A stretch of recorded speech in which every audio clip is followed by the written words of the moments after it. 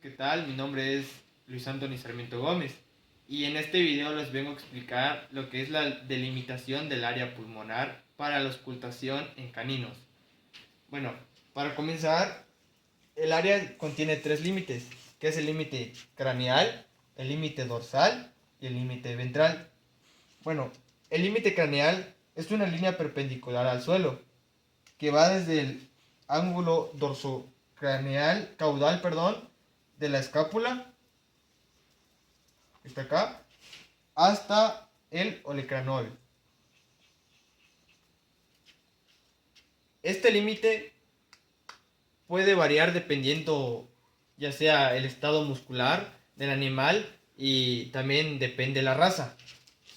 En, en el límite dorsal es una línea pararraquial que va desde el ángulo dorsocaudal de la escápula hasta la antepenúltima costilla, que es la costilla número 11.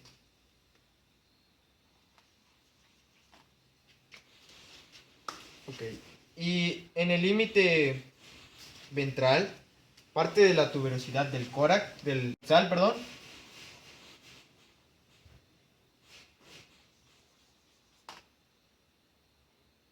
y llega a la costilla 11. Luego de la tuberosidad isquiática a la costilla 10. Por último, de la articulación escapohumeral hasta la costilla 8 para llegar al olecranol. Y por último, lo único que queda es unir los puntos de referencia que tenemos.